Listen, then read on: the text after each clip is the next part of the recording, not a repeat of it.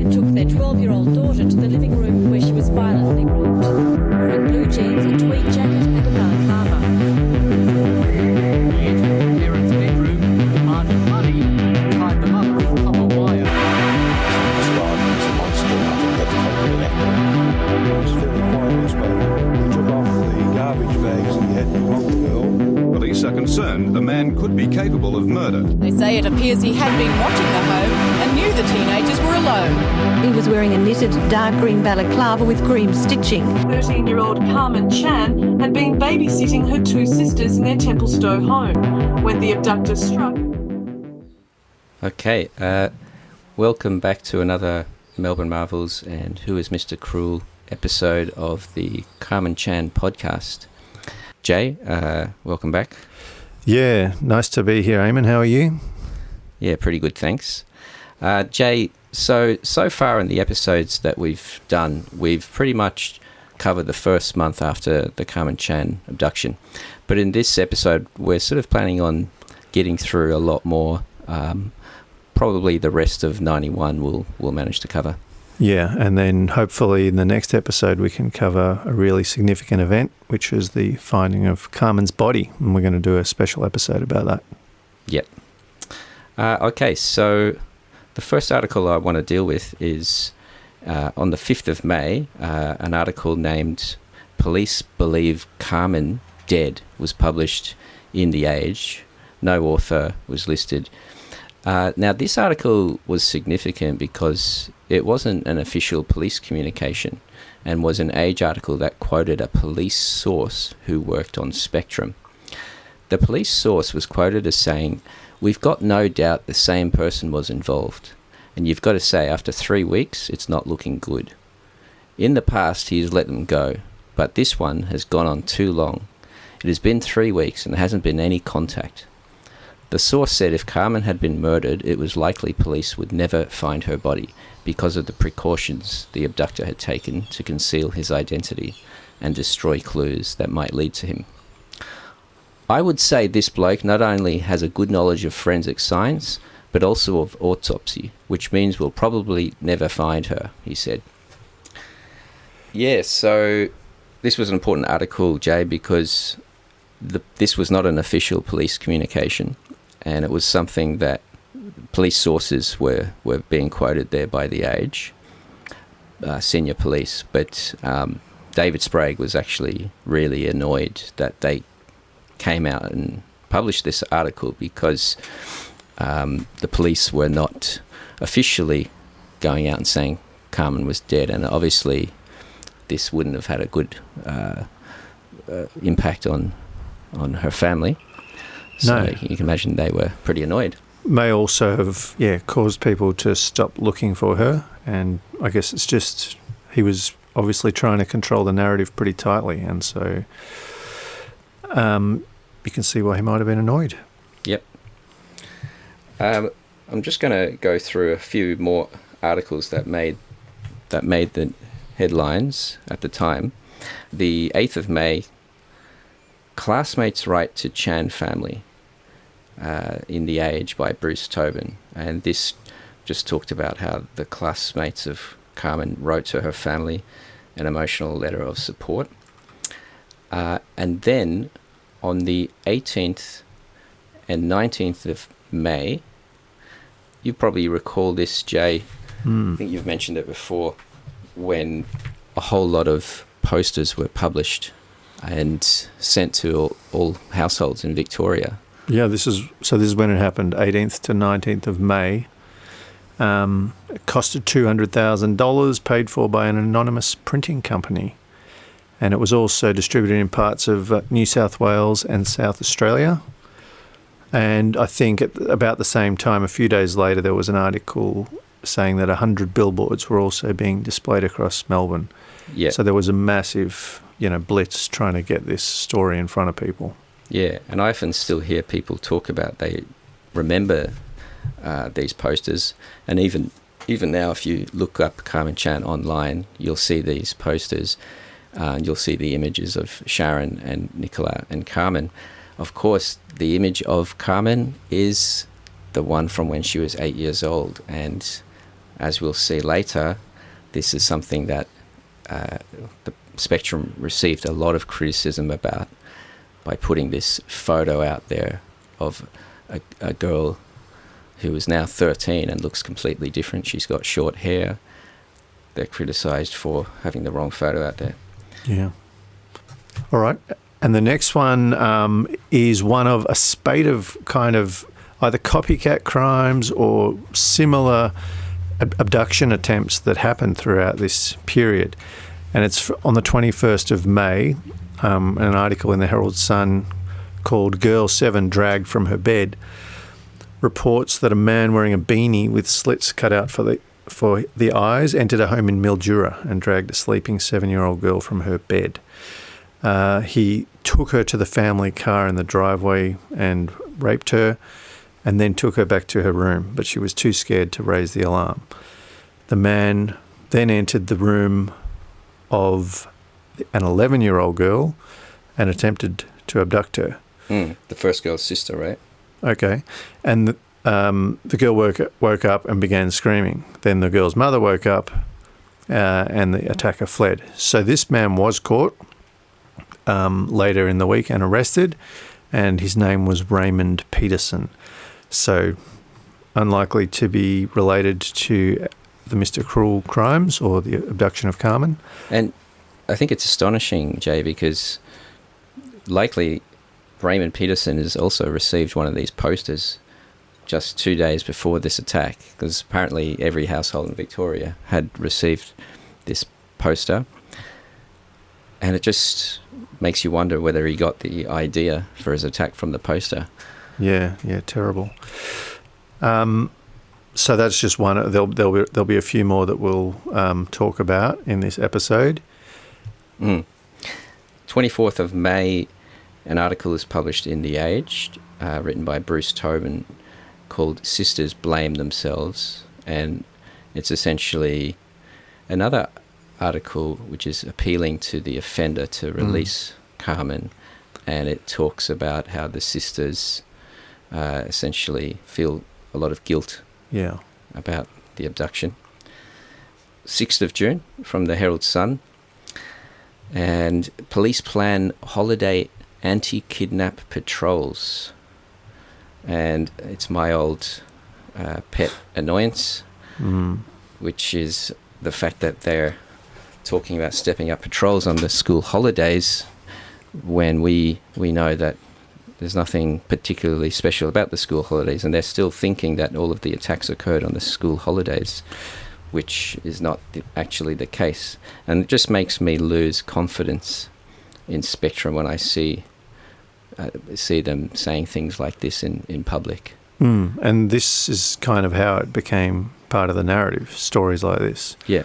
And one of the other attempted abductions that we'll mention later also happened in the school holidays, and so that then becomes part of the series, even though it's unlikely to be connected. Right. Now, we've gotten to the 23rd of June, and this is the article that I really want to give a bit of time to. So it was written by Kelly Ryan, and it was published in the Herald Sun. It was titled Mum's Plea to Mr. Cruel and Code to Karmein.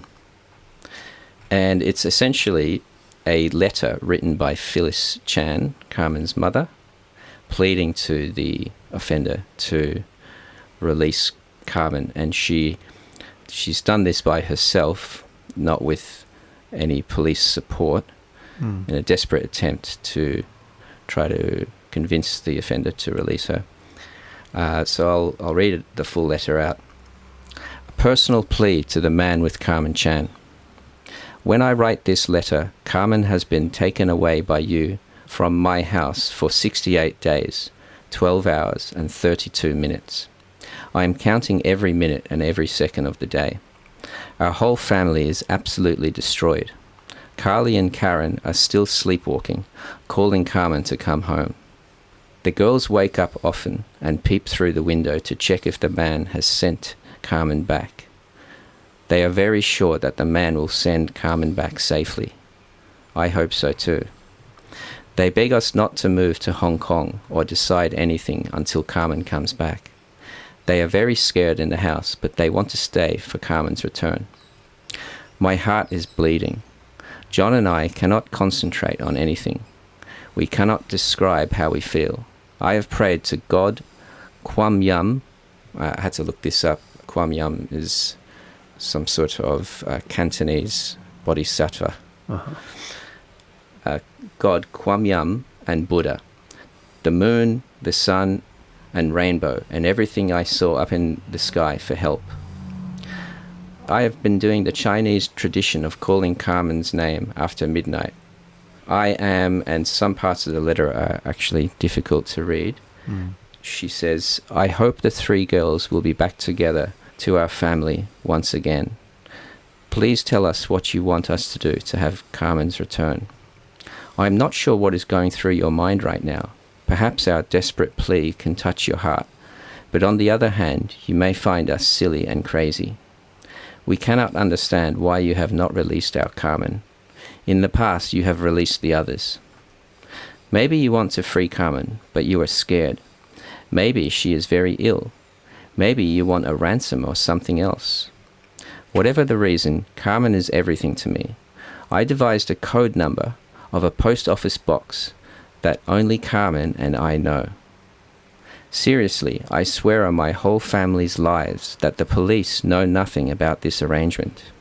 Ask Karmein the name of a couple who always send her presents from Hong Kong and who went to Paris after Karmein's grandfather's funeral. Karmein worked with that couple on the last week of her stay in Hong Kong. The post office box has 3 numbers. To find the first number, take the number of letters in the lady's name and add 1. For example, Phyllis has 7 letters, plus 1 equals 8. To find the second number, take the number of letters in the man's name and add on 2. For example, John has 4 letters, plus 2 equals 6. To find the third number, ask Karmein how many sons of Granny, Mum's best school friend in Hong Kong, and this is the third number. After you've got the 3 numbers, add 1 alphabet. To find the alphabet, use the 4th letter of the lady's name. For example, Phyllis, the 4th letter is L. Now you have the post office box number. The area code is 30 blank blank. To find the third area code number, use the lady's number minus the man's number. To find the 4th area code number, use the lady's number minus the man's number plus 1. You can write any name you want. Post office box, the article then actually shows the photograph of a letter. With the address. Which says post office box, and it has 4 places for numbers to go, and area code number, and it has 30 and 2 blanks. And then she finishes the letter with, in capital letters, please, please, please let Karmein go. Tell us what we have to do. I am not interested in who you are. I just want Karmein. Phyllis and family, 21st of June, 1991. So, wow. How do you react to that, Jay? It's not something that's I've ever seen in any media. So I only saw this by finding the Herald Sun article in the State Library. Yeah. And taking a photograph of it. But yeah. Well, like, it's extraordinary. It shows how desperate she is, doesn't it? And this cannot have failed, you'd think, to have reached the offender. And, even someone like that has to be touched by something like this. You can see how much Karmein meant to her. What do you think? Yeah, it makes you wonder if he had already killed her, assuming he had killed her very early on. These constant appeals, you just wonder how much guilt and anxiety it would have caused him if he was still alive. Hopefully it got through to him. You know, we don't know if he offended again after this, so it's possible these constant appeals might have got through to him. Okay, so the next article we'll look at is on the 29th of June by Peter Ellingson in The Age, and it's titled "Police May Seek Students' Help in Kidnap Hunt." So the article says that Spectrum has proposed giving students notebooks with which they could take down information such as car registrations of possible offenders. And that police were making extra security preparations in preparation for the school holidays. Grr. There it is again. Advertisements were being placed in newspapers today about crime prevention and how the public could help police. And David Sprague said, "We want to raise the level of police presence and we will pay particular attention to prowlers and suspicious behaviour in the school holidays." So 29th of June, that's obviously in the lead up to the winter holidays. But on the same day, something else terrible happened, Eamon. Yes, and anyone who remembers this period of time will also remember this terrible event. So on the 29th of June, 6-year-old Sheree Beasley was abducted in Rosebud, sparking comparisons with the Karmein Chan abduction in the media and society. So Sheree was later found to have been raped, murdered and dumped in a stormwater drain. Robert Arthur Selby Lowe was later convicted of her rape and murder. Lowe was once considered a possible suspect in the murder of Karmein Chan, as he was an elder in the Knox Presbyterian Church. And of course, PLC, where both Karmein and Nikki Lynas attended, stands for Presbyterian Ladies College. His wife later told investigators that he had an obsession with Karmein Chan and had collected newspaper clippings about her. Police, however, ruled out any connection between him and the Mr. Cruel series. I actually briefly went to school with Sheree Beasley, or she was in the same primary school as me. But yeah, it's another one of those crimes from that era that everyone sort of remembers. Yeah, and it is associated with the Karmein Chan case because of the offender's obsession with Karmein, and similar to the Raymond Peterson story where you wondered if it was inspired by the pamphlets that they sent out. It also makes you wonder if this is, partly inspired by this crime as well. Yeah, putting ideas in disturbed men's minds. So the next story, there are several articles about it, which we'll talk about together. So on July 13th in the Herald Sun, there's an article called "Karmein Officer on Extort Charge." There's also an article in The Age on Friday, July the 12th. And this is about a man named Peter Allen Reid. Now, he was arrested around the 13th of July, and then he was convicted in October and sentenced in December. So there's several articles. But basically, Peter Reid called the Chan household several times. Peter Reid, who's serving a 21-year sentence for murder, was arrested by police in July and charged with blackmail. Police allege Peter Reid rang the Chan family 3 times and demanded $15,000 in cash in exchange for information regarding the whereabouts of their daughter, Karmein. The 13-year-old was abducted at knife point from her Templestowe home last April. In court today, Reid was handcuffed and heavily guarded. He pleaded guilty to the charge of blackmail and told the magistrate, "I'd like to make a public apology to the Chan family for all the stress they've been put under. I acted alone in this crime and no one helped me in any way, shape or form." Reid will face trial in December. Despite the confession, a second man charged with blackmail will still face committal proceedings. Vince De Paula, a protective services officer from Tullamarine, allegedly agreed to pick up the $15,000 from a park in East Keilor. Speaking through his solicitors, De Paula has denied the allegation and says the charge is frivolous.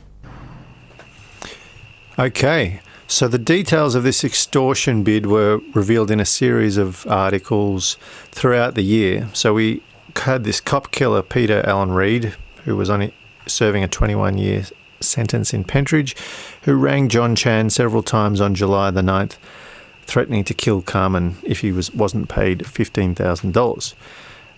But after the first call, John Chan called the police, and so the rest of the calls were recorded, and they were able to trace it back to Pentridge. So Reid told Chan to place the money in a Spencer Street station locker initially, but later changed that to either Keilor Heights Primary School, according to the Herald Sun, or High School, according to the Age. And the arrangement was that John Chan was to drop a suitcase near the fence of the school and then drive to Richmond Station to see Karmein. And of course, he was in jail this whole time, so he had an accomplice who was actually a prison guard called Vincent de Paula.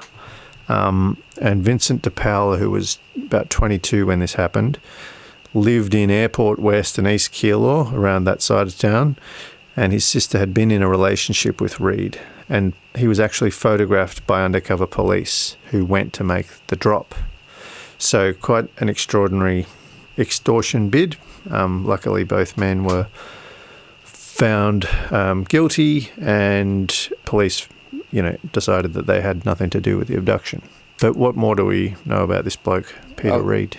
That's interesting, Jay. I didn't know some of those details. I didn't know that he'd been in a relationship with Vince de Paula's sister, and that kind of makes sense because I recall later on he bemoans what he's done and mentions how he's lost his girlfriend as a result. But yeah, that was from the Herald Sun article on December the 6th, which was reporting on the sentencing, called Karmein Extort Bid, that had that detail.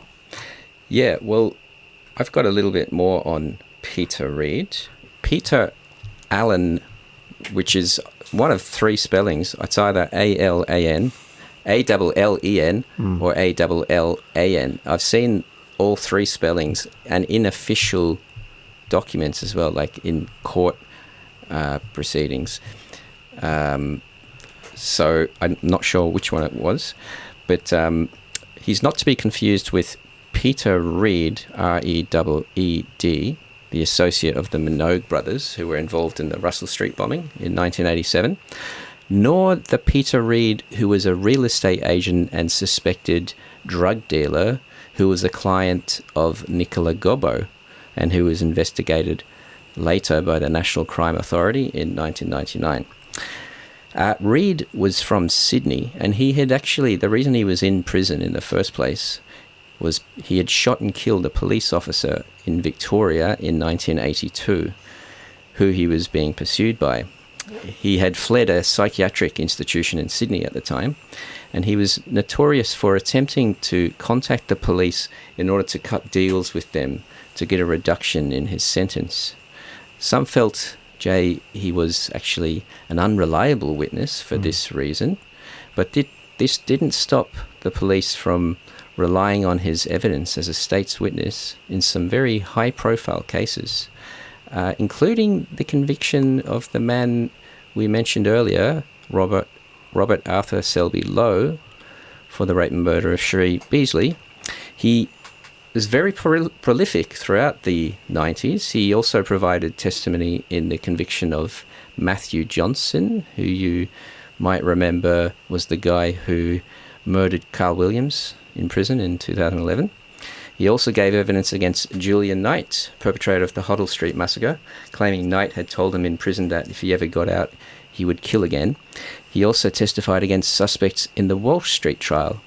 And James Basley, the only man convicted of the 1977 murder of politician Donald Mackay, and he's made a number of high-profile claims about those involved in the Great Bookie robbery. So quite a prolific fellow, and he's basically known as a high-profile supergrass, and as a result of that, he was placed in protective custody within the prison system and released early from his long sentence in the late 90s and given a new identity under the Witness Protection Program. So this is the fella that inserts himself into the Karmein Chan case and quite disgustingly tries to exploit this grieving family. Yeah, well, the Herald Sun article on the 6th of December, not making excuses, of course, but it says that he was abandoned in a telephone box at the age of 1 by his parents. So it's probably no wonder he didn't know how to spell his second name. Yeah, right. Yeah, and he'd only been free for 7 months since the age of 6. So Disturbed mind. brought up in a brutal environment. Now, this cruel extortion bid was actually one of several cruel sort of phone calls that the Chan family received throughout 1991. On the 13th of August, there was an article in the Daily Telegraph by Mark Scalzi called "Crying Child in Chan Phone Call." And apparently, the Chan family received 2 phone calls to their unlisted number, according to a friend of the Chan family called Peter Williams. So one was on Phyllis's birthday and one was on Carly's birthday. Now, the fact that they were on the birthdays and the fact that it's an unlisted number suggested that this person must have had privileged knowledge to have known both those birthdays and the phone number. In both cases, there was no conversation at the other end, but Phyllis heard a child crying in the background. So that's obviously given her some cause for hope, which is really cruel. That is extremely eerie to think that on both... So these are different days, right? They're not on the same day. Yeah, according to the article, these are 2 separate days. Yep. Phyllis's birthday, which it says was about 2 weeks prior to this, so it must have been... I don't have the date in front of me, but the article was 13th of August, and the other one was on sister Carly's birthday. So Now, to get phone calls on those days, assuming that they weren't getting calls every day like that, where it's just silence on the other end, except for background noises and a child crying. a child crying, yeah. That is very eerie. It is. It may have been connected to the case. We don't know. Just another really cruel detail in this whole story. I do seem to recall the media reporting on the birthdays of the sisters and possibly even Phyllis at certain points. So could this person have got the birthdays from those media stories? Possibly. And I believe there was another prank call incident where someone was charged, if I'm not mistaken, Jay? Yeah, so this one was, again, another cruel thing to happen to Phyllis on the 2nd of September.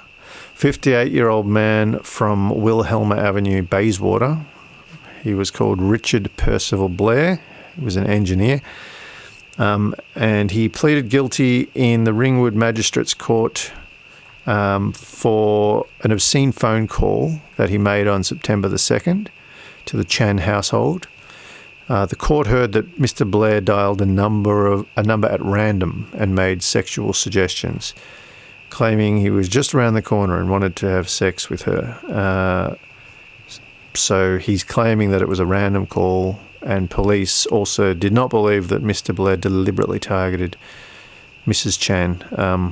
Anyway, this guy, Richard Percival Blair, interesting that he lives in Wilhelma Avenue, Bayswater, which is kind of close to where the one of a previous Mr. Cruel victim was dropped off. Sharon Wills. Yeah, so that's interesting detail, but this guy was pretty old, 58, and police believe it was just a random call, and he was sentenced and ordered to undergo psychiatric treatment. I mean, so in that case, the police said it was a random call. It makes you wonder if it really was. But if you dial a random number, what's the chances you're going to dial the Chan household? I think the Chan household would have to be the unluckiest family in Melbourne. Between the extortion bid, obviously the abduction. But it's also, because you mentioned before that it was an unlisted number. So how does Peter Reid get the number? And those other prank calls where there's silence, kind of reminds me a little bit of the Joseph James D'Angelo, the It does. serial killer and rapist in California in the 1970s. He used to call his victims and just sometimes remain quiet or say scary things down the phone line. Well, Mr. Cruel may well have had the phone number because he'd been in. Mr. Cruel, if we call that Karmein's abductor Mr. Cruel, had been inside the house, so he likely did have the number himself. Who else would have had the number? Possibly those involved in the investigation and family and friends. Or, possibly business associates of Mr. Chan could possibly have had it. True. And members of the police. Mm. So one thing that it makes me wonder is how long that phone number was unlisted for, if this is just a recent thing, in which case they would have been able to quite easily look up an old phone book. Well, they'd been in the house for 5 years, so right. They'd been in that house since 1986. The previous house they were in was further down Serpils Road. It was also on Serpils Road. So would they have kept the same phone number? Could they have kept the same phone number? I imagine it would have changed, though. It would have been possible, though, because they were on the same exchange. Okay. So maybe there's some homework for us to see if we can get our hands on a 1986 white pages and see if they were listed earlier on, which would explain how people could have found their phone number. Yeah, because it raises the question, how did Peter Reid get the phone number if it's unlisted? And how did the other prank callers get the phone number? Now, Jay, I want to talk about a controversy I've touched on a bit that happened in the August and September of 1991. And essentially, the Spectrum Task Force comes in for a lot of criticism because of what I've mentioned many times, them using this photograph of Karmein from when she was 8 years old and putting it on all of the posters that they sent to every household in Victoria. And as a result of that, on the 18th of August in the Sunday Age, Anthony Catalano published an article, and the title was, "This is the young girl the police have asked us to look for, ... and this is what she really looks like." And they put this title underneath two photographs. The one on the left showed Karmein with long hair. It was a school photo. And the one on the right showed her with the short bobbed haircut. And that was supplied to Catalano and The Age by a friend of the Chans named Paul Williams, I believe. So Paul Williams is a friend of the Chans, but the photograph showing Karmein, I want to explain something that's doubly ironic here, because the photograph that The Age shows on the left, saying this is the photo that police have asked us to look for Karmein using, it was actually not the one of her as an 8-year-old child. It was another photo from 1991. So it was actually a current photo. So they, in their criticism of the police, ended up using the wrong photo themselves, bizarrely. But anyway, this sparked a massive controversy in the public, and Spectrum Task Force came in for so much criticism. And in the days and weeks after this article was published, there were people writing in letters to the newspaper saying, "So you're telling us that we've been looking for the wrong person?" On the 25th of August, here's an example of the public's disenchantment with the police. So this woman's name is Beverly Flint from Port Melbourne, and she's written a letter to The Age titled "Searching Crowds for the Wrong Face." "We are not the only family deeply affected by the abduction of Karmein Chan. We continue to feel enormous sympathy for the Chan family, especially at night when another day has passed and their precious daughter remains missing. We pay heed to the statements of the police at the time that the public was responsible for solving crimes of this nature. Accordingly, every trip in the car, every walk along the street, every outing to the shops, the movies, the bus stop, was made with our eyes open, and imprinted in our minds was the photograph of a fresh-faced child with long, dark plaits. We will not be the only family who are staggered to learn that we have been searching for a face that existed 5 years ago and bears little resemblance to the girl who was taken in April 1991. How can this mistake have been allowed to happen? So you see, this was just an example of what was happening in the public. And the police responded in kind to these articles that were being published in The Age. And they were really angry with The Age's coverage of their handling of the case. Yeah, they were pretty defensive. They were very defensive, yeah. But The Age were making a similar mistake themselves because they weren't using the photograph with the plaits from when Karmein was 8. They were using a different photo, probably just from a couple of months before the abduction. Yeah, well, this is, I don't know how newsrooms operated in 1991, but probably pre-digital, possibly.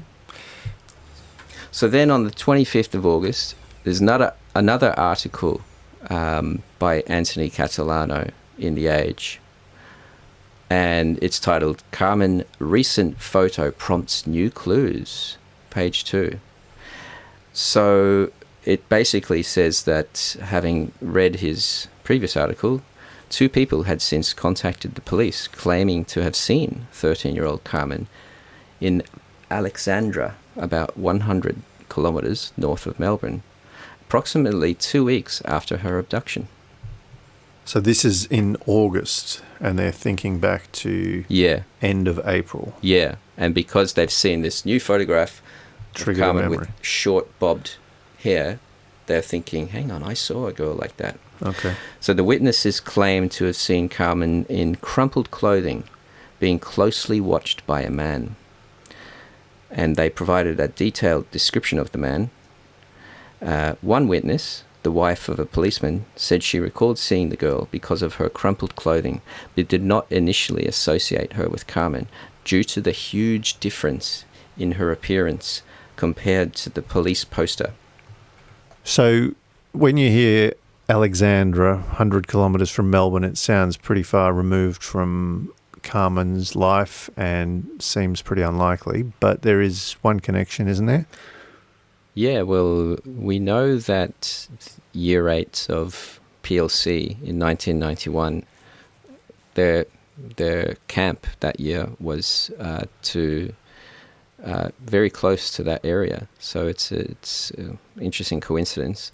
They actually camped at Jerusalem Creek, which is sort of an inlet of Lake Eildon, in February that year, in the first 2 weeks of school. Okay, so this witness is saying she thinks she saw Karmein in Alexandra in late April, and we know that she was in the area in February. So that's interesting. Karmein was in the area. Karmein was in the area in February, and it's conceivable they would have stopped in a town like Alexandra or somewhere nearby. Yeah, the Year 8 coordinator of PLC said that the camps were held at Jerusalem Inlet near Eildon, and the activities included canoeing, bushcraft, basic first aid, and of course cooking.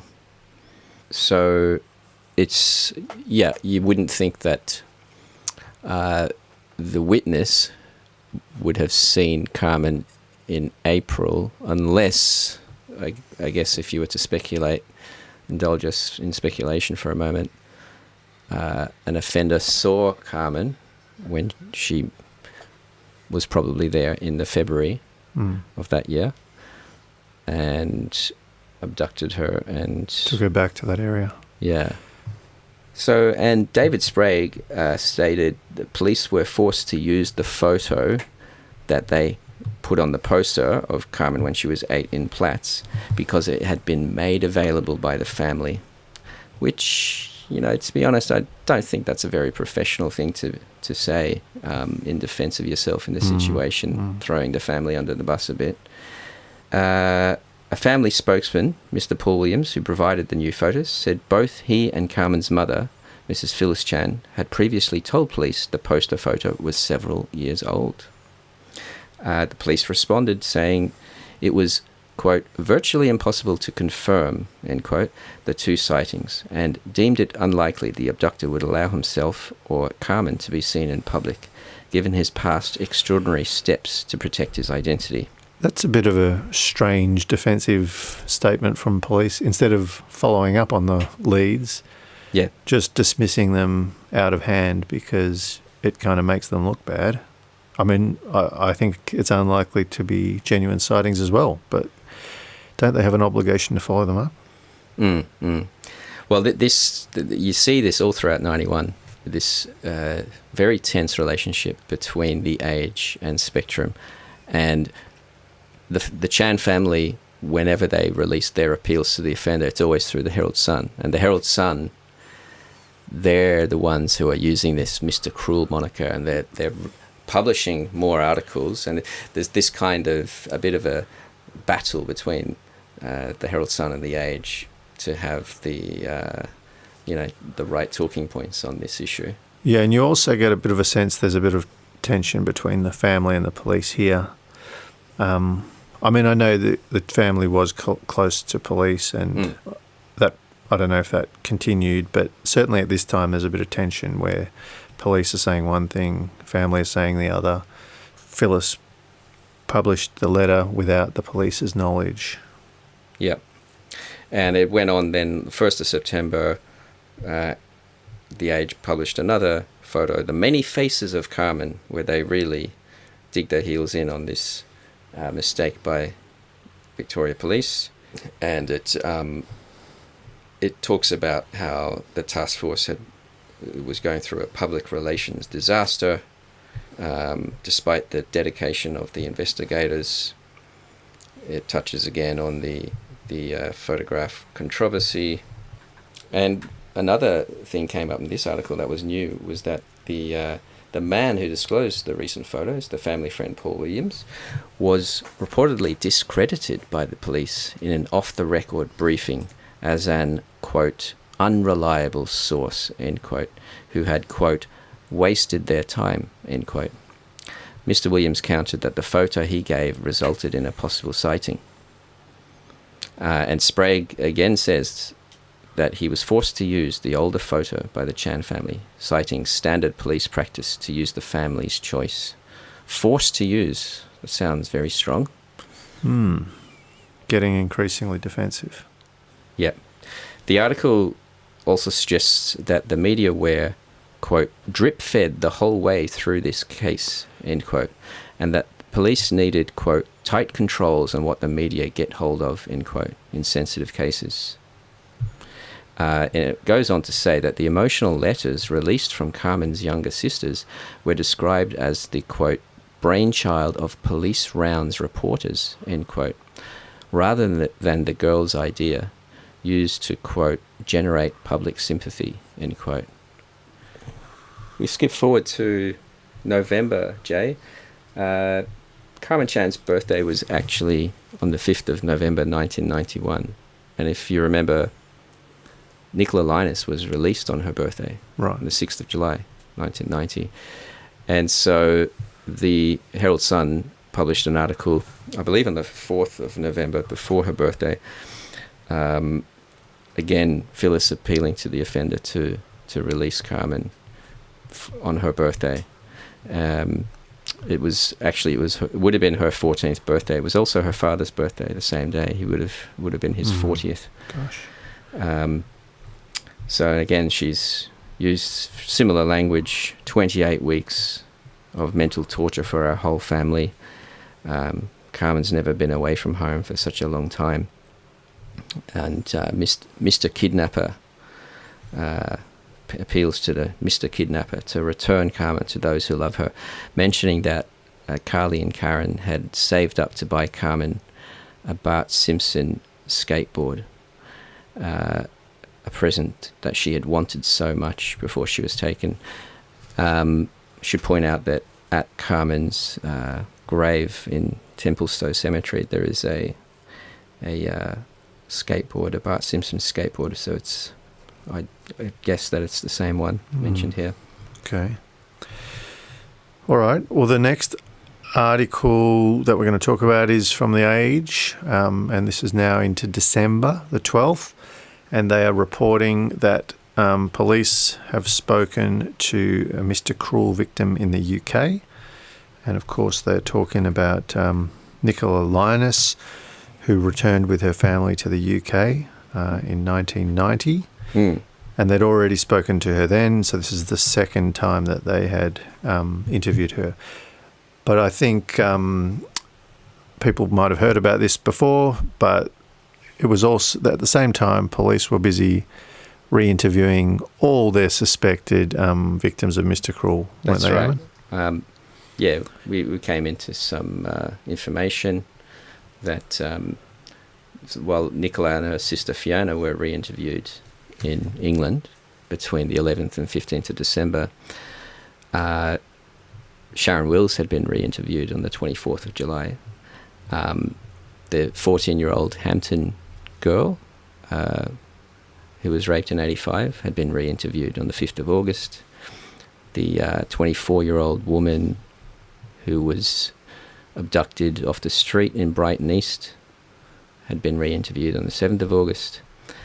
The 30-year-old woman who was raped in her home in Donvale in December 85 and her sister were re-interviewed by Spectrum on the 12th and 13th of August.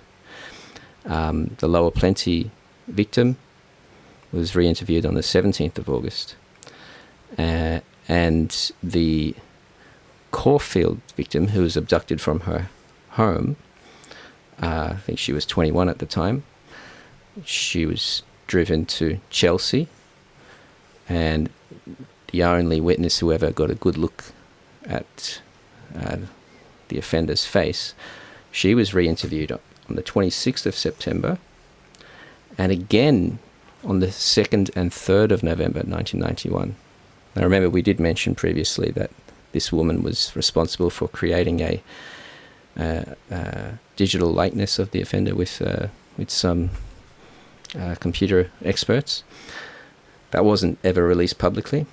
But yeah, so then after all of these, Nicola and Fiona are re-interviewed. So a lot is talked about this in the media, but they were re-interviewing most of these victims who the police believed were had been abducted or attacked by the same offender. Yeah, and this would have been the first chance they would have got to sort of tie up any loose threads with these earlier victims whose statements they would have read, but actually speaking to them themselves. All right, well, the next article then is in The Age by Anthony Catalano, and this is called Police Warn Parents After Attack on Girl 12. So we said that throughout 1991 there were a few more abduction attempts. This one was a 12-year-old girl who woke to find an intruder trying to tie her hands together in her bedroom that she was sharing with her sister in St Albans. The girl screamed and the attacker fled, and David Sprague was called to the scene, and he said there were some similarities, but there were many differences in MO.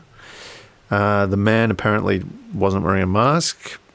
He was wearing a dark beanie or beret. Yeah. And description was given of him as 183 centimetres, slightly taller than the offender in the other cases, but would have been hard for the girls to get an accurate description under those circumstances. Mid-30s and with blonde hair. And the man entered the home by forcing open a side window at 2 a.m. Of this girl, and the police dogs tracked the man's scent to 200 metres away to a track off Kilpara Close, which if we look on a map, we can see very interestingly is right under some electricity pylons. And there is a couple more details revealed about this case in the Daily Telegraph on the same day. It further revealed that this girl was Vietnamese, and says that the home was in Gunya Mews. So again, if you look on Google Maps, you can see Gunya Mews is very similar to the Sharon Wills house in that it backs onto a vacant area where electricity pylons are. So yeah, police were called in to help local officers and officers of the Asian Division. And I believe it was revealed much later. Can't recall if it was by someone like Keith Moore or Bruce Tobin. I think what you're going to say, and the Age in 1993. Okay, so apparently on the same night, the Spectrum Task Force were having a rare night off, right? And that's right. They were drinking with, having a dinner party with family. Well, the article doesn't say drinking, but I think you're reading between the lines correctly. Yep. And so there was an implication put forward that perhaps there was inside knowledge by an offender that he should strike on such a night. Yeah, exactly. And that's probably played on police's minds as well. Like on the night where they're off, they get called out to another attempted abduction. Do you know what I think, Jay? What's that? This was definitely not our offender. Yeah, I probably agree. Why do you think that? Our offender is not going into a house without a balaclava covering his face. Yep. And he wouldn't stuff things up like that by trying to tie her up while she was asleep. Yeah. Didn't disable the parents first. So there's... Yeah. So for all of the rumours about, it was the cops' night off and, there's electricity towers nearby. The guy's got blonde hair, 183 centimetres. Yeah. For me, it's not the same guy. No, and it's removed from the others as well geographically. But it is a fascinating story and needs to be told. So thank you. All right. Okay, and then coming into 1992, and an article in The Age on the 17th of January, on the Friday, by Bruce Tobin, university man on child porn charge. Mm-hmm. So basically, a man named Anthony John Byrne, who was a senior employee of Melbourne University, was charged with one count of distributing objectionable films and videos and one count of manufacturing objectionable material. The pornographic films, videotapes and magazines were believed to have been brought from overseas and distributed throughout an underground network to a large clientele across Victoria and other states. So this guy, he actually worked as a computer administration person at Melbourne University. Okay. He had been placed under police surveillance after the racket was uncovered during Spectrum Task Force's general inquiries. However, detectives stated that the employee was not linked to the child abductions. The discovery was part of the task force's wider investigations, during which they had received approximately 5,000 pieces of public information and charged more than 20 people with various offences, including extortion, sex and firearm offences, burglary and loitering.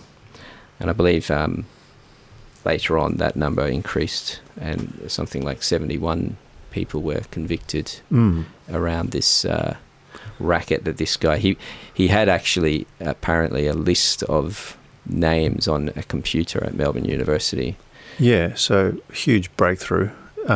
Yeah. Unrelated to the abductions, probably. I wouldn't mind getting my hands on that list. Yeah, well, I believe police investigated every person on the list. Yeah.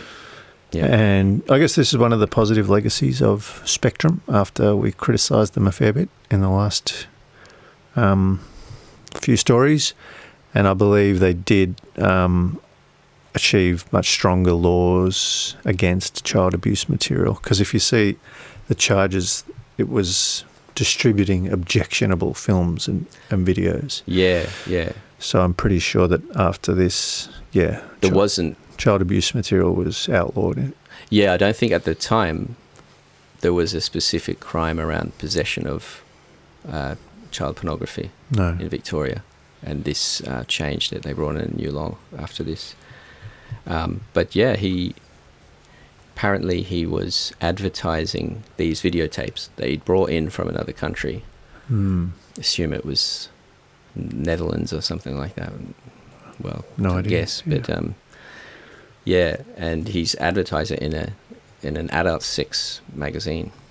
So, and I don't think this guy got much of a sentence either. I think he was definitely not in jail for very long, if he was in jail at all. But it's just crazy to think that there were so many people who were his clients On his list, yeah.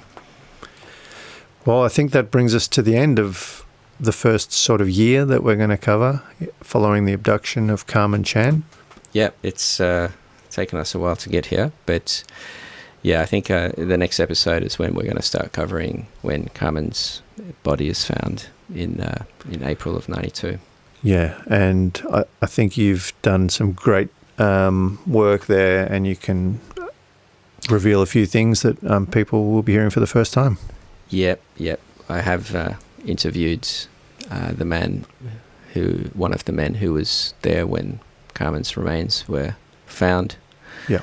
So, which puts a whole new light on things. So that's fascinating. Yeah, and we have actually a lot of other witness accounts to go through, even in the time that we've covered, where we've only been covering the media story. Yeah, so that's something to look forward to. Can't wait. Thanks, Eamon. Thanks, Jake. And took their 12-year-old daughter to the living room where she was violently raped, wearing blue jeans, a tweed jacket and a balaclava. He entered the parents' bedroom, demanded money, and tied them up with copper wire. Described as a monster, nothing but complete actor. He was fairly quietly spoken. He took off the garbage bags and he had to walk the girl. Police are concerned the man could be capable of murder. They say it appears he had been watching the home and knew the teenagers were alone. He was wearing a knitted dark green balaclava with cream stitching. 13-year-old Karmein Chan had been babysitting her two sisters in their Templestowe home. When the abductor struck,